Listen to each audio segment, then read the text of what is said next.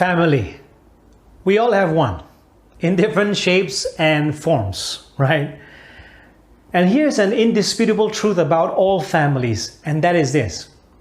No matter how loving a family is, no matter how loving your family is, all families go through a conflict, right? All families go through a conflict. And conflict in a family can look a bit different from other types of conflicts for several reasons. Let me give you three. First, it's because family members are already emotionally attached to one another. And so these emotions can quickly intensify the conflict. Second reason is because family members are also already involved in long-term relationships.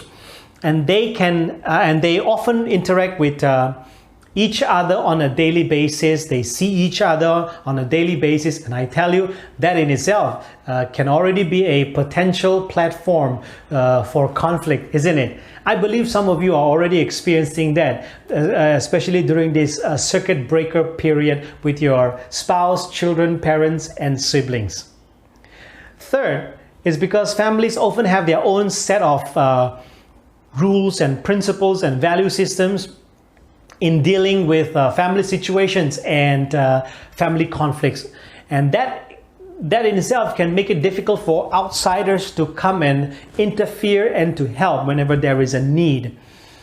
And if not careful, this can lead to a long, tangled, painful conflict. At one extreme, family conflict can lead to things like divorce, domestic violence, anxiety, or even depression. On the other extreme, families try to repress the conflict and they avoid problems and they detach from each other. You see, conflict can take place at every developing stage of a family, right? For example, learning to live as a newly married couple, or when a new baby comes or another baby comes in your family, or your children start to go to school, or your children become teenagers, they become working adults, or they get married, or you start to live together with your in-laws, and so many. There are so many stages in our family lives where conflict can take place. And I believe right now, some of the conflicts are taking place right now, even in your family. So let me ask you a practical question, and that is this. How do you resolve? How do you resolve a conflict in your family? Whatever conflict is that, how do you resolve it? And the answer, I believe, will vary from families to families. But I believe this one thing, and I believe that all of us, no matter how we resolve conflicts in the family, we all desire, we want to become better in resolving conflicts in the family. Agree with me? Because some of you have some regrets, that you wish that you responded the conflict in a different way. You wish that you said the things or you acted differently. And if you truly love your family, then I believe it should be our desire to become better in resolving conflicts in the family. The question, of course, is how.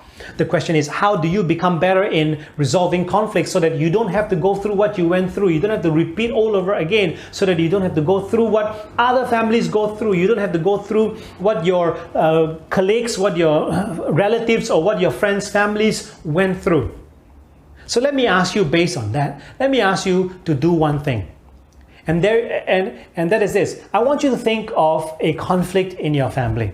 It could be the one that you are currently going through. It could be a conflict that you have gone through before. But I want you to think of one conflict in your family. You ready? Can you think of one?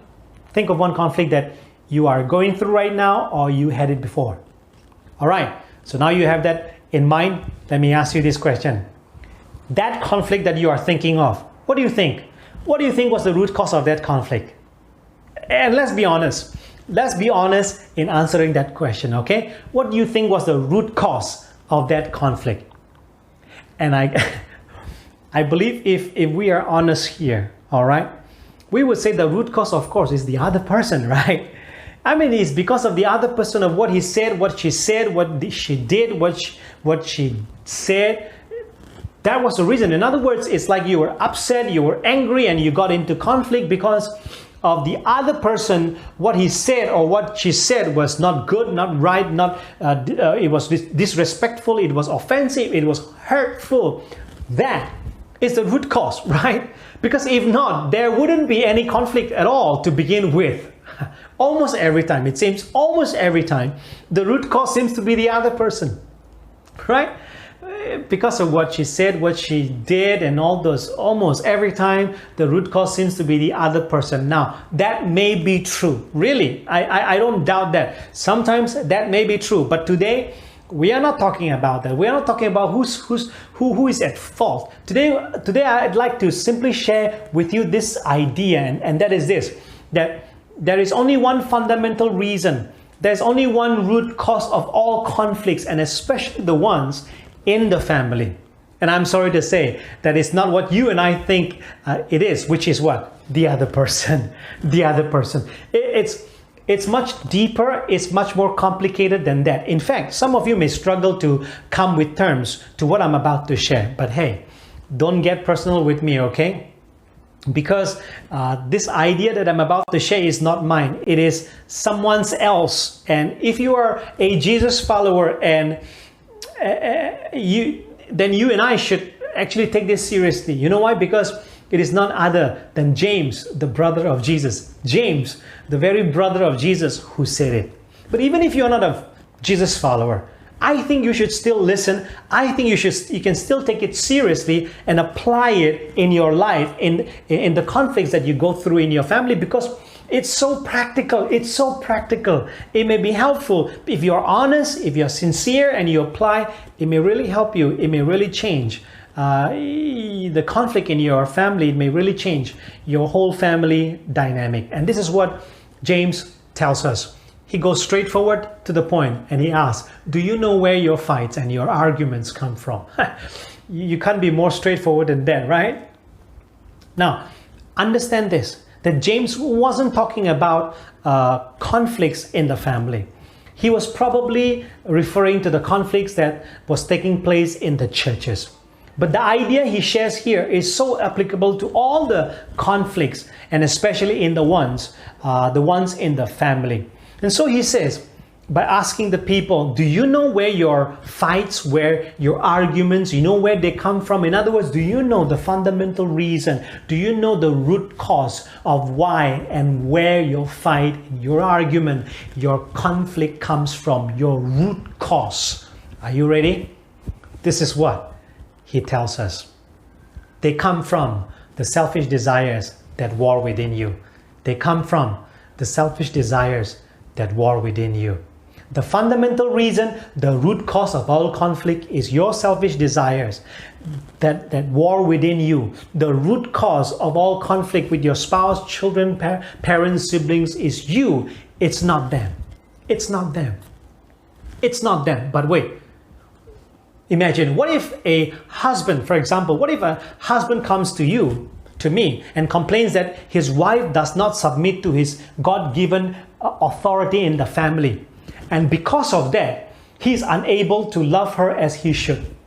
It sounds quite reasonable, isn't it? Sounds like, yes, the wife is the problem here. But then you know what? The following day, the wife comes to you, the wife comes to me and complains about her husband.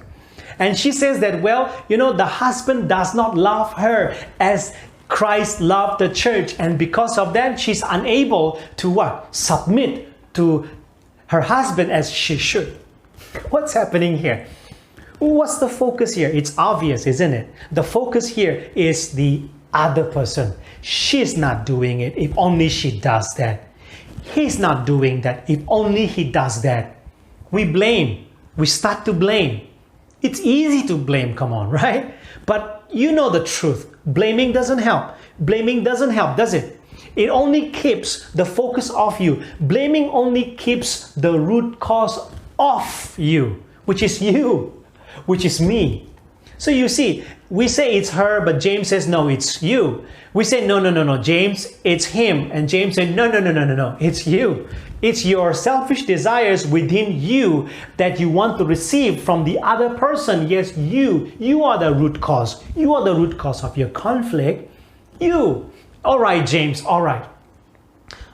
Fine, James, but what about me that is wrong? I mean, James, you said, right? You said something about my selfish desires that war within me. What is that about? Well, James would say, I'm glad you asked, because that's exactly what James said next. And this is what James said.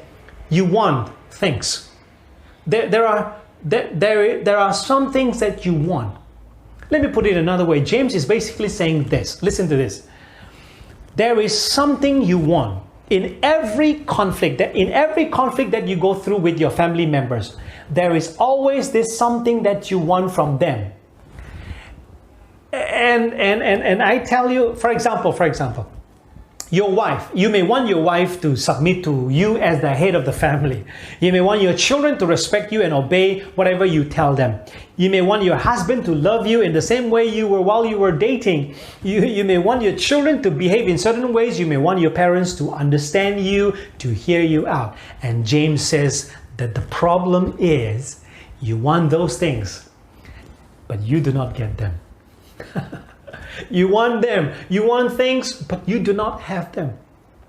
You want something, but you are not getting it. In other words, James is saying this. The root cause of your conflict is you, because you are not getting what you want from the other person in your family. In every conflict with your family members, remember this, there is something you want from them in the conflict. There is something you want, but you are not getting it from them. That is the root cause. You want it and you don't get it. That's the root cause of your conflict. And when you don't get what you want from them, James tells us what you and I would do. And James tells us this is what you would do. We would kill. Huh? So you kill. Of course, James is not saying in a literal sense, but figuratively. For example, you want something from your family members, right? That could be you want them to listen to you, you want them to follow your rules, your perspectives, you want them to tidy up the home, for example, the way you want them to do, you want them to hear you, you want them to give in to you, but you are not getting that from them, meaning they are not listening to you, they are not following your rules, your perspectives, they are not following the way you want them to clean up the house, and so on and so forth. But guess what? You want it so badly from them that you go all the way to get it from them. And in the process of doing that, what happens? You fight, you quarrel, you argue, and you have conflict. And then when you have conflict, the unthinkable happens. And that is this: you kill. I kill. In the process of going all the way to get what you are not getting from them, you kill your relationships with them. You kill you offend the people that are closest to you. And that's what it means by you kill. You offend, you kill your relationships with them. I kill my relationships with them. That's what James tells us. You kill. And you are jealous of others, but you still cannot get what you want. So you go on to argue, you go on to fight. So I think here's how we can apply what James is telling us. And that is this: admit it. Admit what? Admit that the root cause in every conflict is you. It is you and your desire. It's you and your desire, not just the other person, but yourself. You see, if you don't admit that, if what you do best is keep blaming others, then there is no way your family becoming better in resolving conflicts. There is no way your family becoming a better family. But if you only keep blaming others, no one is going to be happy in your family. The person you blame is definitely not going to be happy. And do you know what? You yourself will never be happy as well. You will never be happy as well. You think that you blame others. You think that you are successful in blaming others. You think that you are successful in pointing out their faults, their mistakes. you will be happy in that conflict. No, it doesn't happen in the family. You know why? Because the more you blame others, the more you lose the chance of dealing with what is really making you unhappy. You listen to this again. The more you blame others, the more you lose the chance of dealing with what is really making you unhappy. You know why? Because what is really making you unhappy is not the other person. Really, what is making you unhappy is really not the other person. You see, that's what we think. No, because he's not doing that. Right? You would say, no, James, that's not the case. I'm unhappy in this conflict because he is not doing that, because she promised to do that and she is not keeping her promise. He said he will do that. No, he is supposed to do that and he's not doing that. That's the reason I'm unhappy, and so he's the reason I'm unhappy. But that is not the case. And James is saying, no. What is really making you unhappy is not the other person, but it's the selfish desires that you have, which you want the other person to fulfill it for you, but it's not happening. It's the desire that, yes, he said it, I want him to do that. She's supposed to do that, so I want her to do that, but it's not happening. And that's why conflict happens. That's the root cause. Now, I'm not saying, please understand this, I'm not saying that the other person, that the external factors outside of you, the other person do not contribute towards the conflict. No, by all means, they do. They do, and sometimes they do more. Really, I agree. But we're not talking about that. We're not talking about whose blame. We're not talking about whose fault it is. Because they're not the root cause of your conflict. And James is basically saying the root cause. I'm telling you the root cause is you. It's me. The most important person. James is basically saying this. That in every conflict, the most important person that we need to be evaluating is you. It's me. So here's the bottom line. If you don't admit that, you don't expect to become better in resolving conflicts in the family in a better way. How could you, James would say, how could you, when you ignore the much deeper, the more important issue, and that is you, your selfish desire, your wants from your family members. You don't definitely expect to become better as a family. And this leads us to the next practical application, and that is this. You admit it and then you own it. You own the slice of your pie. Once you admit the root cause of the conflict is you, your desire, you own it by asking yourself, what is it that I really want from my loved ones? What is it that I want, but I'm not getting it? You know what I mean? Identify that. Figure that out. Spell it out for yourself. Hear yourself, because that is the thing you need to be wrestling with, and not the person who is not giving you what you want.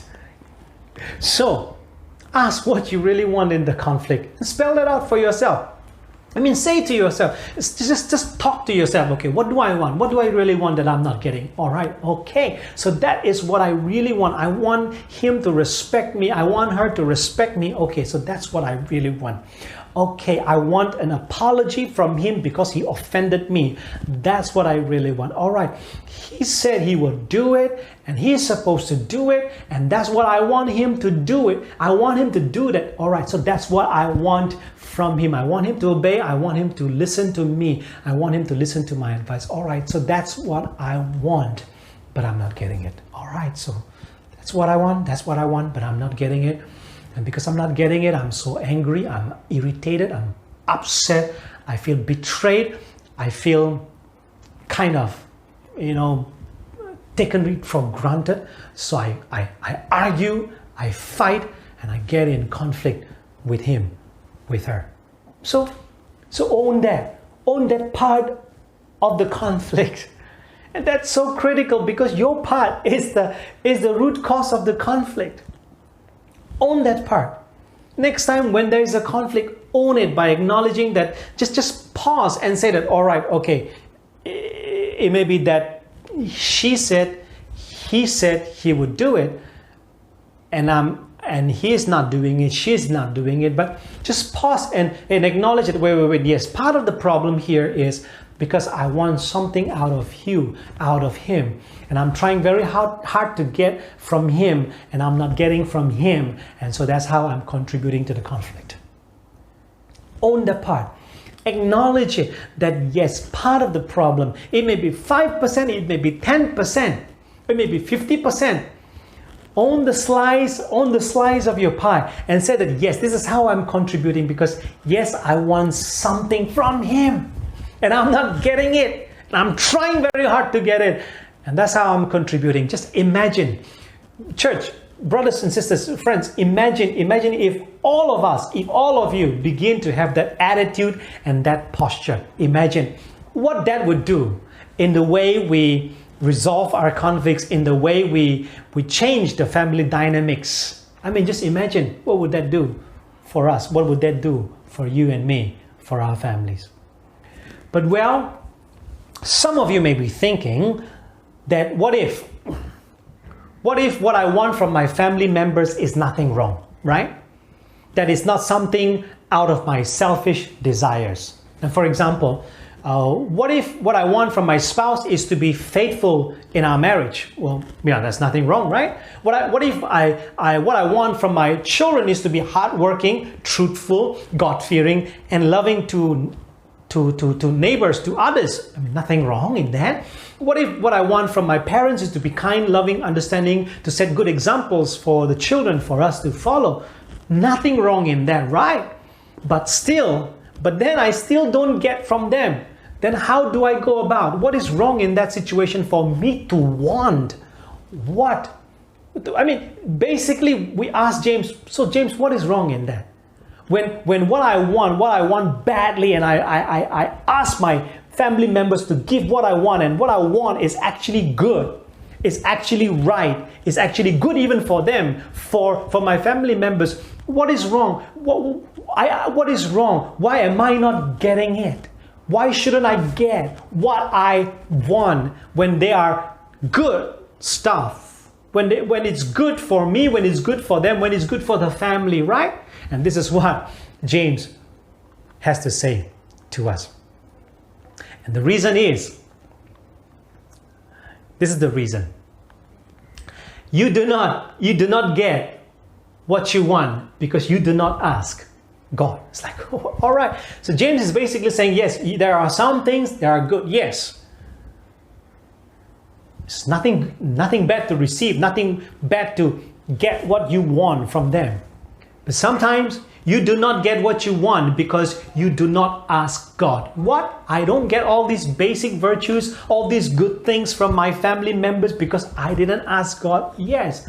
Because you see, just because some virtues are so basic, some things are so plain and simple, good stuff that we all should know, but that doesn't necessarily mean that we will all exhibit them naturally, right? I mean, we need to remind ourselves that we are still human beings. Even though cleansed and redeemed by God through the blood of Jesus, we are still human, and that means we are still imperfect in every single way. So let me ask you, assuming that what you want from your family members is nothing wrong, all right? Let me ask you, did you ever take time to pray and ask God about what you want from your family members? Did you ever take time to pray and ask God the good things, what you want from them? It's like, God, I want my husband, I want my wife to be more loving, to be more patient, to be more understanding to me, to my kids.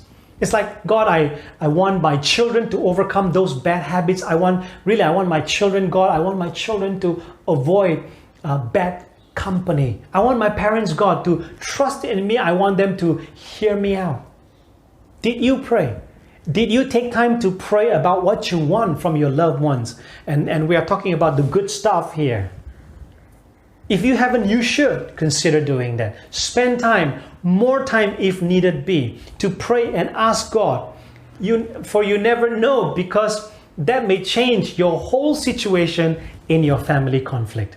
Now, some of you might say, Some of you might say, no. James, it doesn't work. I mean, prayer doesn't work, really, because I have prayed before about what I wanted from my loved ones, but in the end, I still didn't get it. So, no, just because you pray, no, prayer doesn't work. And so you wonder why that is the case. And I believe sometimes the reason is because what James tells us. And this is what it tells us. When you ask, you do not receive. That is the case. Sometimes you do not receive when you ask. Even those good things that you ask, sometimes you do not receive because the reason you ask is wrong. I mean, James, what do you mean by that? And James explains to us, you want things so you can use them for your own pleasures. Like, all right, that's too straight in the face, right? In other words, James is saying there is a selfish motive. There's a selfish motive even in the good that we seek from others. For example, and I think this is a classic one, right? You want your children to study very hard and to be the best in their class, so that it's not only they pass their exams with good grades, but it's because you can't wait to go out with your friends or colleagues to brag about how smart, how clever your son or your daughter is, right? Now God knows that. God knows your real motives because He can see what is inside your heart. And this is a good reminder for all of us that God doesn't simply give us whatever we ask of Him in prayer. And really, we should thank God. We should really thank God that He doesn't give us whatever we ask. Otherwise, many of us will be in trouble today. God decides what to give us, and He gives us what is best for each one of us at a given time. So imagine if we come to God in prayer with that understanding, that God knows my real motives, that there is nothing I can hide from God because He sees my heart, and whatever I ask or however I ask God, He gives not based on what I ask, but He gives based on what is best for me. Imagine if we come to God in prayer with that understanding. Do you know what can happen? It can change you. It can change your desires, really. It can even change what you want. It can change what you want from your loved ones. Not only the wrong things, but even some of the right things, some of the good things that you want from your family members. It can change those things. It can change what you really want from them.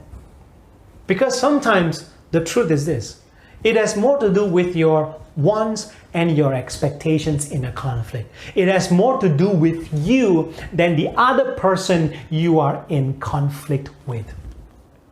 It is not, and the issue here that we are talking about is not about what the other person's fault is, but it's about what we want. Again, like I said earlier, it has more to do with you. It has more to do with me than the person that we are in conflict with. And so the change has to take place with you, in you. The change has to take place with me and in me. Now that's hard, I know. That's hard. But sometimes that's the way to become better in resolving conflicts in the family, right? That's hard to accept. And James is quite honest about that. James is basically saying that that's hard, but that's the way it is. That's the way it is to become better in resolving conflicts. That's the way to become better as a family. That's the way it is. And as hard as it may be, God can help us if we are honest about ourselves, and if we are humble enough to admit it, and to want to just humble ourselves, and to want to work for the betterment of our family, then God can help us. Now, before I end, how about we read together the whole text of what James said about the root cause of conflict. And after that, I will end by giving you an invitation to seriously consider three questions for your conflict. All right? So let's read together, shall we? The text. Okay, here we go. Do you know where your fights and arguments come from? They come from the selfish desires that war within you. You want things, but you do not have them. So you kill and are jealous of other people, but you still cannot get what you want. So you argue and fight. You do not get what you want because you do not ask God. Or when you ask, you do not receive because the reason you ask is wrong. You want things so you can use them for your own pleasures. Now, based on this text, I invite you to consider 3 questions for your conflict. You can apply them immediately in the conflicts you are in right now, or you can apply them. You can ask and apply them in the conflict you may enter in future in your family. Here are the 3 questions. The first one is this: what is it that I'm not getting what I want? Ask yourself, what is it that I am not getting what I want in this conflict? Ask, what is that one thing? What is that thing that I am not getting what I want in this conflict? Ask this question because this is the root cause of your conflict. Spell it out. What is that thing? Hear yourself what that thing is so that you can own it. If you don't do that, it's very hard for you to move on in resolving the conflict in a better way, to be better as a family. So that's the first question you need to ask, and you need to own it.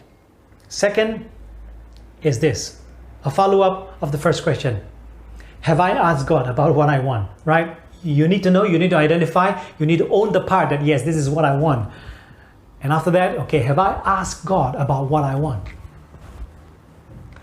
I may not be getting what I want because I have not asked God. That may be true, you see? So you never know. You may get what you want after you ask God for His blessings.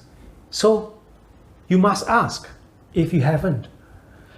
But that is not the case all the time, because sometimes when you ask God about what you want and you are honest about it, you are willing to really hear from God, then you may come to realize that what you want is something you may never get it.